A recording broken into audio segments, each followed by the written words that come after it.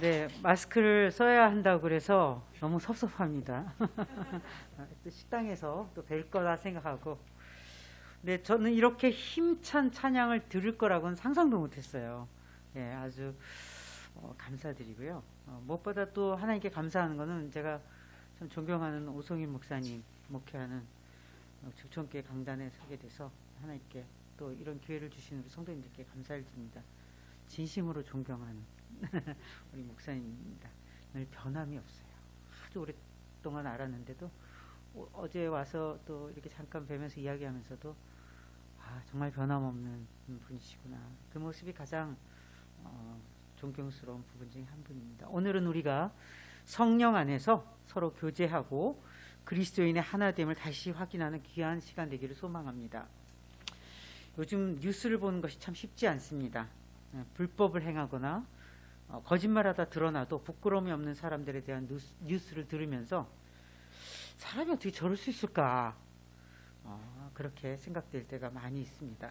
그러다가도 그렇구나, 하나님의 존재를 모르고 그러면 양심이 가려져 있게 되는데, 양심이 가려져 있는 자들이 오직 이 땅의 삶만이 전부라고 생각한다면 악착같이 또 얼굴에 부끄러움을 모르고 양심이 화인 맞은 자처럼 그렇게 살아가는구나, 그렇게 살 수도 있겠구나, 이렇게 이해하게 됩니다.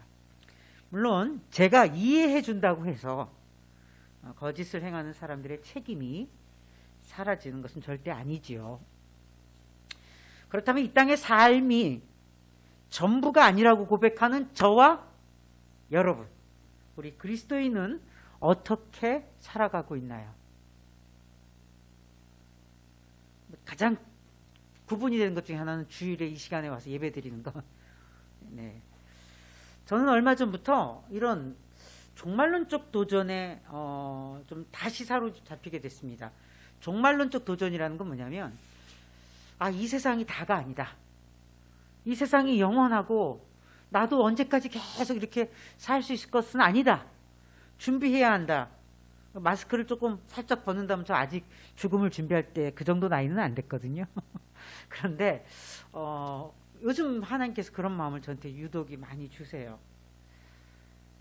다시 사로잡히게 됐다 그렇게 말씀드렸는데, 다시라고 하면 80년대와 90년대 초반까지 한국교회는 종말론에 크게 관심이 있었습니다.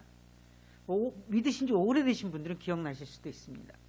그래서 그때 유행처럼 요한계시록에, 그렇죠? 요한계시록, 세상 끝날에 대한 이야기들이 아닙니까? 그 계시록에 나타나는 상징들, 거기 상징들에 대한 해설들은 물론이고 또 사람들이 굉장히 어떤 두려움에 잡혀 있기도 했어요. 주님이 재림하실 때 나도 휴거할 것인가? 휴거라는 단어 참 오랜만에 들어보시죠, 그죠? 예. 옛날에 대단하지 않았어요? 옛날에 그 80년대, 90년대 신앙생활 하셨던 분들은 휴거라는 단어가 한참 유행했던 것을 기억하실 겁니다.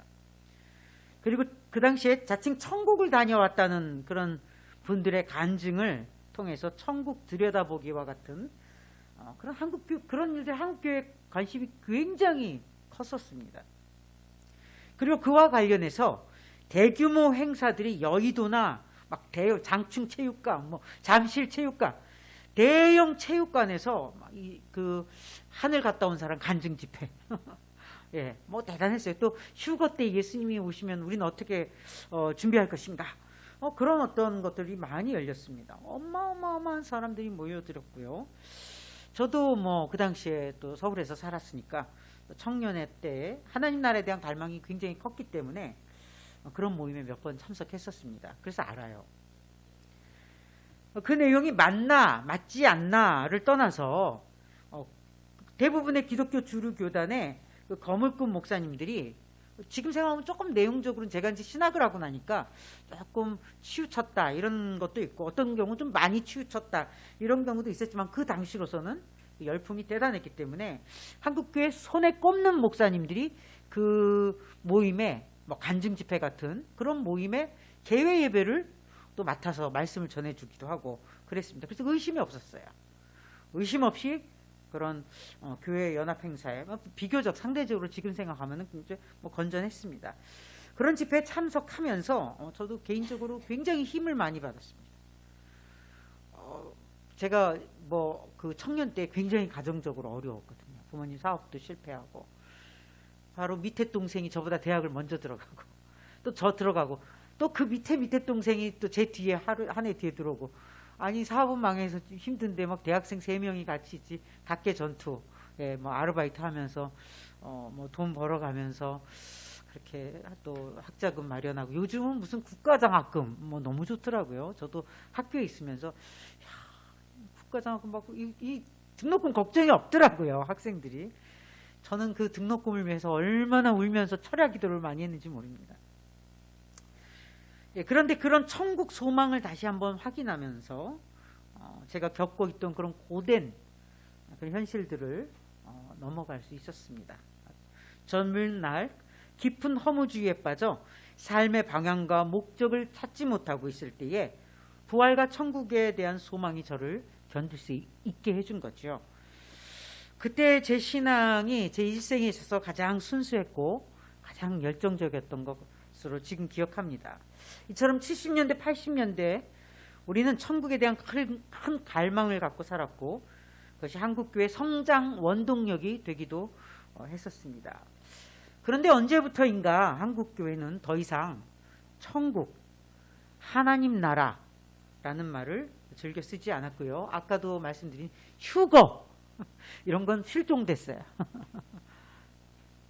언제부터인가 천국을 바라보며 그곳에 가기를 소망하는 자들이 점점 보이지 않게 되었습니다.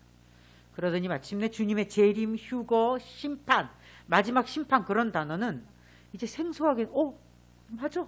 지금 그렇게 제 말씀 들으면서 그런 분들이 계신 것 같아요. 생소하게 느껴질 정도입니다. 그런데 저는 요즘 그런 종말론적 비전을 다시 상기하면서 그렇게 살아가고 있는데요. 왜 이런 것들이 이렇게 갑자기 사라진 것일까 생각할 때에 여러 원인이 있겠지만 저는 그 중에 하나 아주 이런 종말론적 비전, 즉 천국에 대한 소망이 꺾이기 시작한 결정적인 사건 하나를 기억합니다. 92년도에 한국교회는 물론 한국 사회를 발칵 뒤집어 놓은 사건이 있었습니다. 다미선교회라고 기억나시나요? 네, 다미선교회 시한부 종말론을 주장했던 사이비 종교 집단입니다. 92년도 10월 28일에 예수님이 재림하실 것이며 그것을 믿고 기다리는 자들이 휴거하게 될 것이라고 대대적으로 외치고 다니셔서 대단했습니다. 모르겠어요. 여기서 좀 뭐 다미선교회 붐이 오래되신 분들 혹시 뭐 기억나실지 모르겠습니다. 여기까지 왔는지는 모르겠습니다. 근데 그 서울에서 대단했어요. 서울에. 그리고 기성교회 교인들이 각 그쪽으로 이제 빠져나가기 시작한 겁니다. 지금 우리 신천지처럼 대단했어요. 근데 신천지는 뭐 날짜 뭐 몇 명이잖아요, 몇 명. 차고도 벌써 남은 것 같더라고요, 자기들 말로. 근데 그 당시에는 이제 날짜를 딱 정해놓으니까 사람들이 마음이 이제 조바심이 났고 한국에 그만한 규모 영향력을 발휘한 이단이 사실상 이제 뭐 거의 처음이었기 때문이죠. 이들은 전국적인 조직을 갖고 있었습니다. 집을 팔고 땅을 팔고 학교도 가지 않고 그 선교회에 모여서 기도하고 찬송하면서 휴거를 준비했는데요. 진짜 곳곳에서 이렇게 지금 신천지가 전국적인 구조를 갖듯이 그렇게 있었습니다. 당시 저는 종말론적 신앙은 갖고 있었지만 신학교에 재학 중이었던 학생이었기 때문에 종말에 대한 건전한 신학을 갖고 있었습니다. 그래서 다미선교회가 틀렸다는 것을 주변 사람들에게 외쳤지만 혹시 다미선교회가 맞을 경우에 우리는 망하는 거 아니냐 이렇게 말하는 실제로 제 친구도 있었습니다. 거기에 좀 빠졌던 친구도 있었습니다. 네, 그리고 적지 않게 만났습니다. 제 주변에 그렇게 빠졌고요.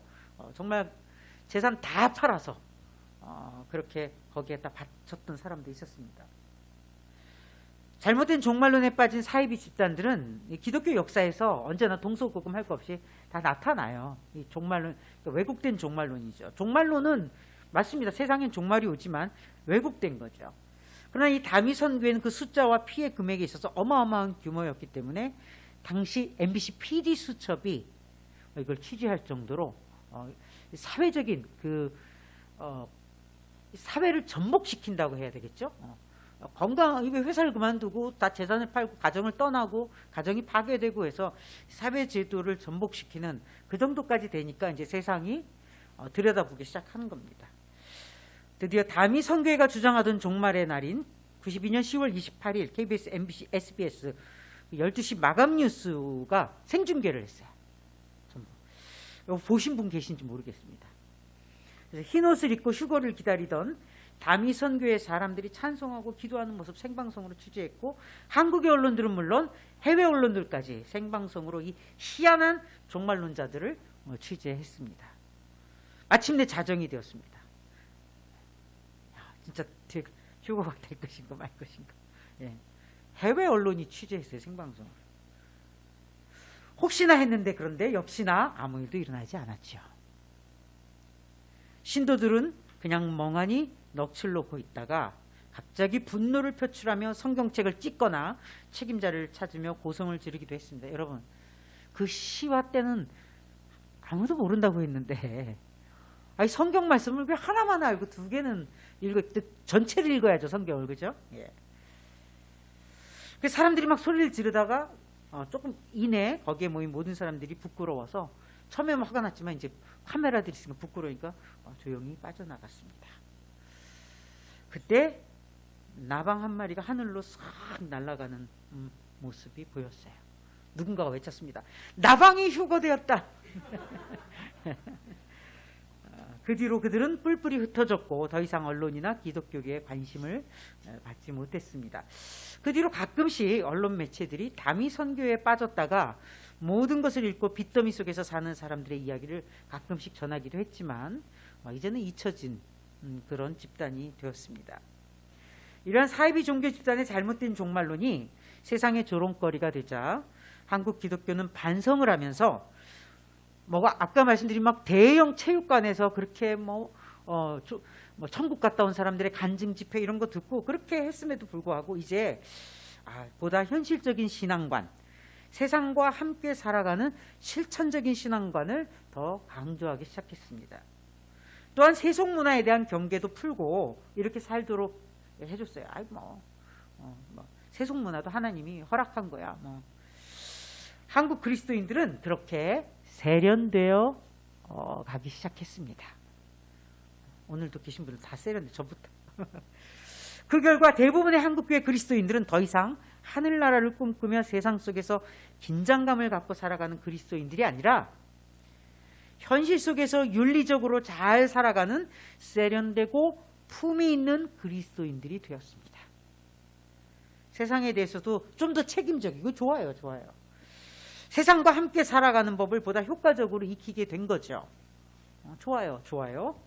그런데 왜 요즘 한국교회는 점점 영적인 힘과 맛을 잃어가고 있는 것일까요? 최근 교회 밖에서 그동안 잘 알고 있던 몇몇 청년들을 오랜만에 만났습니다. 아동교와 청소년기에 주일학교 예배에 열심히 참석하며 리더십을 발휘했던 청년들이었는데요. 그러나 현재 이런저런 이유들로 교회 현장 예배에 출석하지 않고 있었습니다. 교회가 송출하는 영상 예배에 겨우 클릭해가지고 참여하는 정도였고, 어떤 청년은 잠시 기독교 신앙을 떠나 있다고도 했습니다. 코로나19가 불러온 결과일까요? 단지 코로나19 때문일까요? 코로나19 때문에 청년들이 떠나간다고 난리지 않았습니까? 만일 코로나가 입이 있어서 말을 할 수 있다면 이렇게 말할 것 같습니다. 왜 우리 코로나만 갖고 그래요? 우리 때문에 신앙생활이 엉망이 되었다고요? 우리 때문에 청년이 떠났다고요? 우리 때문에 믿는 자들이 모이기 싫어한다고요? 우리 때문에 세상 것을 더 좋아하게 되었다고요? 미안하지만 우리가 나타나기 훨씬 전부터 몸은 교회에 왔지만 마음은 딴 생각들로 가득 차 있었다고요. 우리 핑계대고 그동안 생각해왔던 것을 실행한 거잖아요. 아니, 제가 상상해봤어요. 요만한 거 눈에 보이지도 않는 코로나가 이렇게 따진다면 참 할 말 없을 것 같아요. 인터넷의 영향으로 그 어느 때보다도 세속화가 요즘은 더 가파르게 진행되고 있습니다. 탈권위적이고, 권위는 무조건 싫어. 탈제도적이고 제도는 무조건 싫어. 그런 현상이 교회에까지 영향을 미치고 있습니다. 화성의 지질 탐사까지도 가능해진 최첨단 우주과학 시대가 열렸죠. 여러분 뭐 이렇게 인터넷을 보면 진짜 지금 뭐 나사에서 보낸 거 말고 세계 항공우주국에서 보낸 거 말고 중국 자체로 가서 보내갖고 거기서 사진 찍어 보내는 거 우리가 다 보지 않습니까? 화성에도 돌이 있고 지금 물에 흔적이 있는 것까지 지금 다 보내고 있는 중에 있어요. 놀라운 일입니다. 이런 시대가 열려놓으니까 아마 누군가 우주 어디엔가 천국이 있을 것이라고 말한다면 대부분의 사람들은 비이성적이라고 여길 것입니다. 그런데 그리스도인들도 크게 예외적이지 않을 거예요. 요즘은 우리가 있을 거라고 하나님 그 천국이 있을 거라고 했는데 그냥 이렇게 우주 탐사선이 가가지고 우주를 누비고 사진 찍어서 보내는데 도대체 하나님은 어디 계신 거예요? 그 전에 화성 옆에 어딘가에 있을 거라고 생각했는데 이사 가셨나?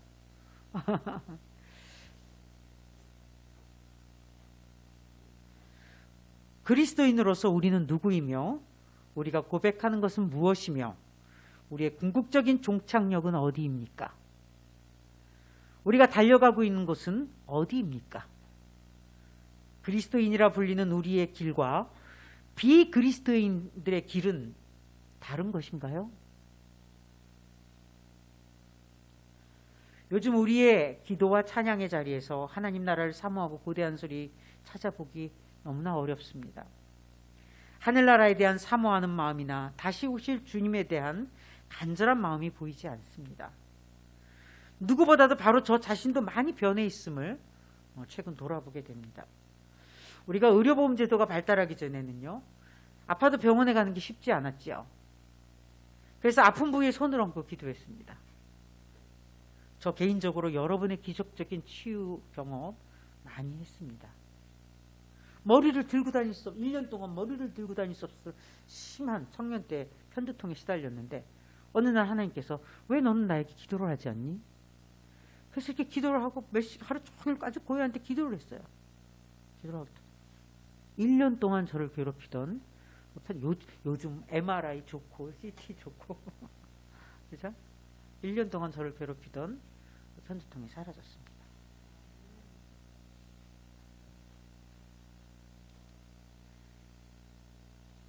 미국에서 유학 생활을 조금 했었어요. 미국에서 유학 중일 때 미국은 선진국이지만 의료보험은 완전히 후진국이거든요. 미국이 우리나라 보면서 막 부러워하거든요. 의료보험제도. 세계 최고예요. 진짜로. 여러분 진짜 세계 최고라는 거 나가보셔야 합니다. 뭐 성공해가지고 뭐 미국, 캐나다, 뭐 세계 어디로 이렇게 그 이민을 갔거나 뭐 이런 분들도 몸이 아프면 돌아와요. 세계 최고입니다. 근데 이제 유학 가려면 의무적으로 의료보험을 사가야 되거든요. 유학생들은 반드시. 왜냐면 아프면 뭐 큰일 치르니까. 그래서 이렇게 사가지만 아무리 비싼 걸 사가도 1년에 뭐 100만 원 넘는 거 사가도 그런 보험은 응급 상황에서 응급실에 가는 정도밖에 안 돼요. 그래서 저는 아프면 기도할 수밖에 없었습니다. 진짜로. 한국보다 더 뭐 어떻게 할 수가 없는 상황이에요. 등록금 내기도 빠듯한데 아프면 진짜 큰일이거든요. 예. 한번 응급실에 잠깐 다녀온 적이 있었어요. 박사과정 하면서 너무 허리가 아픈데 버티고 기말 페이퍼를 하다 보니까 잠깐 다리 이렇게 마비 증세가 와가지고 응급실에 갔는데 망치로 제 다리를 탁 쳐보더라고요. 무릎을 톡 튀니까 신경 안 끊어졌어 그러더라고요. 집에 가라고 주스 하나 주더라고요. 주스 하나 먹고 왔어요. 자주 공부하다가 일어나라고 그러더라고요. 계속 앉아있지 말고. 일주일 뒤에 비일이 날라왔어요. 청구서가. 우리하고는 좀 틀려요. 거기는 이제 나중에 나왔는데 한 150만 원 돈 우리나라 돈으로. 네, 망치 한 대 맞고 약도 주사도 없이. 네. 그러니 기도할 수밖에 없는 거죠.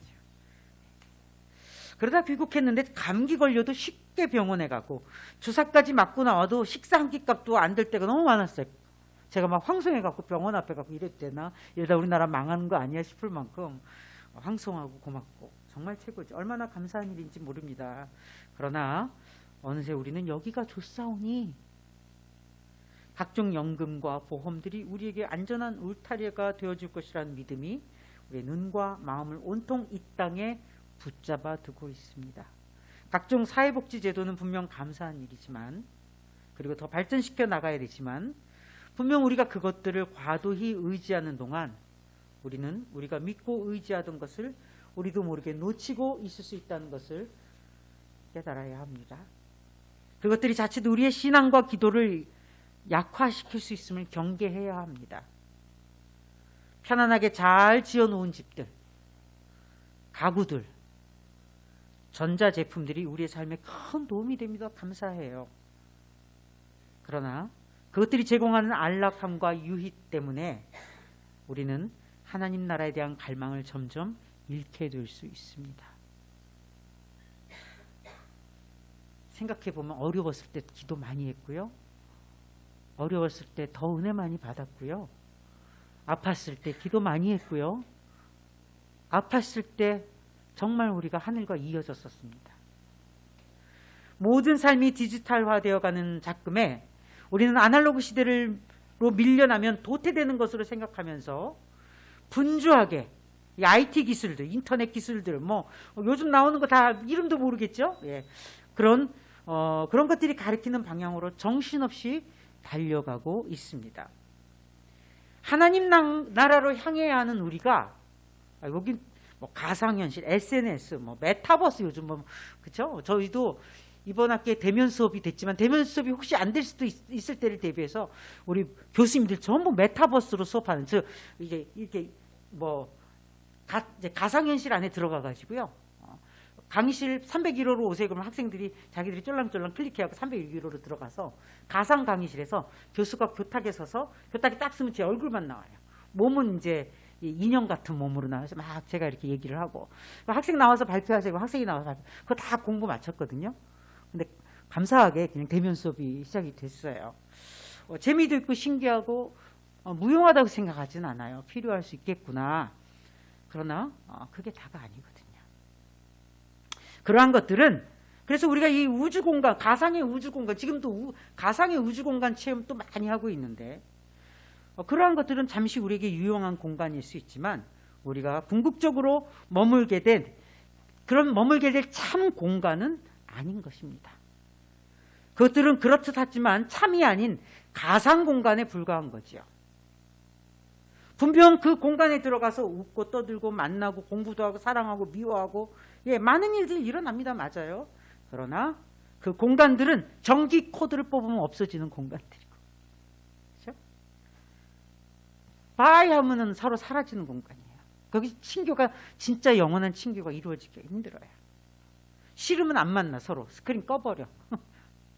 싫어도, 이 교회는 싫어도 만나야 되잖아요. 힘들어. 우리가 이겨내야 돼. 거기서 우리가 사랑의 훈련도 받는 건데 기분 나쁘면 끊어버리는 거죠. 자, 그래서 그 공간들은 영원한 공간들이 아니며 우리의 궁극적인 도착지가 아닙니다. 하나님 나라는 더더욱 아닙니다. 오늘 하나님께서는 서신서 말씀을 통해 다시금 우리가 달려가야 할 방향을 상기시켜 주십니다. 오늘 주님께서 우리에게 들려주시는 서신서의 말씀, 히브리서 11장 8에서 16절은 우리가 누구인지와 우리의 목표가 어디인지를 정확히 가리키며 향방을 잃어버린 그리스도인에게 그 정체성과 삶의 궁극적 목적지를 상기시킵니다. 우리가 바라보고 나아가야 할 곳은 소돔과 고모라와 같은 이 땅의 도시들이 아닌 하나님께서 우리를 위해 예비하신 천국 본향인 것입니다. 이 본향은 하늘에 있으며 그곳에 하나님이 우리를 위해 준비하신 성이 있습니다. 하나님은 기꺼이 이 성을 사모하는 자들의 하나님이 되시겠다고 약속하셨습니다. 우리는 이 언약을 받은 사람들입니다. 이 언약은 바로 하나님 나라, 즉 우리가 들어갈 본향입니다. 오늘 서신서 말씀의 주인공은 갈 바를 알지 못함에도 불구하고 주님으로부터 떠나라는 소명을 받았을 때에 믿음으로 순종하여 자신의 고향과 가족을 떠나온 아브라함과 그의 아내 사라의 이야기입니다. 아브라함은 하나님이 지시하시는 약속의 땅으로 갔지만 거기서 여러 어려움들을 겪었습니다. 지시하는 땅으로 갔지만 땅을 소유하지 않고 유목민처럼 배회해야 했었습니다. 그리고 쉼없이 노동해야 했습니다. 텐트 생활이 이어졌어요. 여러분 생각해 보세요. 텐트 치고 또 텐트 거두고. 네. 그 자손들도 그랬습니다. 10절은 하나님의 언약을 붙잡고 지시한 땅으로 와서도 고달픈 삶을 살아야 했던 아브라함이 왜 그랬는지, 어떻게 그 힘겨운 시간들을 견디며 분투할 수 있었는지에 대한 답이기도 합니다. 10절 한번 보겠습니다. 이는 그가 하나님이 계획하시고 지으실 터가 있는 성을 바랐습니다. 이 한 말씀이 모든 것 말해주고 있지 않습니까? 오직 하나님의 언약의 말씀만 의지하여 부모를 떠난 낯선 이국 땅에서 믿음으로 살았지만 끊임없이 떠돌며 텐트 생활을 이어가야 했습니다. 그리고 수많은 유혹과 위험 속에서 살아가야 했기에 아마도 제가 상상해보건데 아브라함은 고향집으로 다시 돌아가고 싶을 수도 있었겠지 않았나. 하나님 뭐예요? 약속의 땅으로 가라면서요. 왔는데 뭐 이렇게 맨날 이사 다녀야 되고 여전히 텐트 쳐야 되고 여전히 노동해야 되고. 집에 가면, 고향으로 가면 아직도 나를 받아줄 수 있는 땅이 있을 텐데. 그러나 아브라함은 스스로를 외국인과 나그네라고 증언하며 본향을 향해 매일매일 견디며 분투했던 것입니다. 15, 16절 말씀입니다. 그들이 나온 바 본향을 생각하였더라면, 여기서 본향은 고향이에요. 돌아갈 기회가 있었으려니와 그들이 이제는 더 나은 본향을 사모하니 곧 하늘에 있는 것이라. 이러므로 하나님이 그들의 하나님이라 일컬음 받으심을 부끄러워하지 아니하시고 그들을 위하여 한 성을 예비하셨느니라. 하나님이 예비하신 성을 믿고 바라보기에 고향으로 다시 돌아가지 않았다는 것입니다. 고달팠죠. 약속의 땅이, 약속하신 곳으로, 지시하신 곳으로 갔지만 하나님의 지시가 있었으면 약속도 있고 축복도 있어야 되는 거잖아요. 고달픔만 있었어요. 그러나 돌아가지 않은 이유가 뭡니까? 그 땅에서는 고달팠지만 미래에 들어갈 그 땅을 바라봤기 때문에 가능했다는 것이죠. 영어로 no turning back, 다시 돌아가지 않아요. 옛사람으로 돌아가지 않아요. 예전 습관으로 돌아가지 않아요. 예전에 즐기고 좋아하던 것으로 돌아가지 않겠다는 것입니다. 그렇습니다. 신앙의 사람들은 스스로를 세상에서 낯선 자요, 이방인이요, 여행객이며 순례자로 여겨야 됩니다. 아브라함이 그랬다고 성경이 기록하지 않습니까? 천국은 분명 죽음 이후의 나라입니다. 우리의 완전한 집이요, 이 세상에 속한 갈등과 모순들로부터 우리를 자유롭게 만들어줄 곳입니다. 그런데 죽음 이후에 도달하게 되는 그 약속의 땅이, 천국이 종종 종말론적 비전, 즉 천국 소망을 통해서 현재의 삶으로 들어올 수 있습니다. 천국 경험하는 거예요. 죽어서 경험하는 게 아니라 살아서 지금. 자, 잘 들어보세요. 여기 이 땅에서도 죽음 이후에나 경험할 수 있는 그 나라의 놀라운 아름다움을 우리가 지금 바라볼 수 있다는 것입니다. 가보지 못했지만 소망 안에서 바라볼 수 있어요. 그래서 우리는 이 땅에 살면서도 하나님 나라를 바라보며 기뻐하고 즐거워할 수 있습니다. 아직 완전히 천국에 들어간 것은 아니지만 이미 소망 안에서 우리 안에 들어온 그 하나님 나라의 비전을 바라보면서 날마다 천국과 같은 삶을 살 수 있고 살아야 한다는 것입니다. 이 땅에 살지만 다른 세상을 바라보며 살기에 용기를 낼 수 있습니다. 이 땅에 살지만 영원히 썩지 않을 하늘 보물이 있는 성에 들어갈 생각을 하기에 우리는 가볍게 여행하는 마음으로 지나갈 수 있습니다. 무거운 욕심들을 내려놓습니다. 짓누르고 얽매이는 것들을 벗어 던질 수 있습니다. 믿는 자들은 우리를 자유케 하는 것들과 하나님 나라의 가치에 맞는 것들에 과감히 우리 자신을 열어서 그것들을 향해 갈 수 있는 것입니다. 이것이 우리가 자랑하는 믿음이요 확신입니다. 모아놓은 거, 좀 넓혀놓은 땅, 모아놓은 통장, 든든한 연금, 이것 때문에 이러면 하나님이 기뻐하진 않으세요. 하나님 누굴 기뻐하신다고요? 네. 하나님이 예비하신 성이 있음을 믿고 본향을, 더 나은 본향을 향해 기꺼이 순례자로의 길을 떠나며, 여기서 누가 물어봐, 여기 온지 북촌에 온 지 한 30년 됐어요? 그래도 난 아직 나그네예요. 이렇게 얘기하는 자들을 기뻐하신다. 당신 그럼 돌아갈 고향이 어디입니까? 본향이에요. 이렇게 고백하기를 하나님이 이뻐하는 그런 사람들을 기뻐하시는 거예요. 40년 되신 분 계신가요? 혹시? 40년? 네. 제가 오늘 35년 되신 분 아침에 권사님 만났어요. 그러나 여전히 우리는 나그네예요. 난 주천의 나그네예요. 난 순례자예요. 주장하지 않는 것입니다.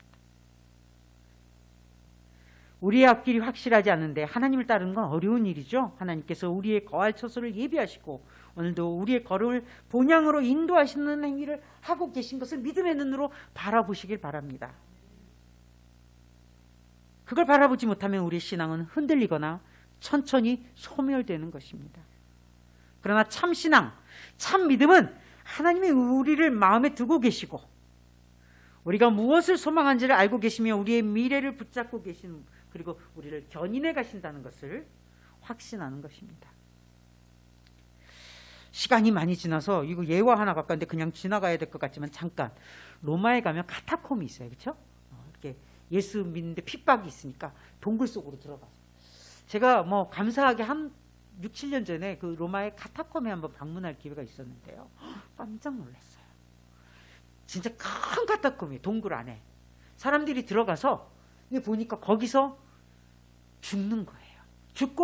죽은 사람들을 이렇게 동굴을 바위를 막 캐가지고 거기에 시신을 모신 거예요. 가서 보면 시신들이 있는 거예요.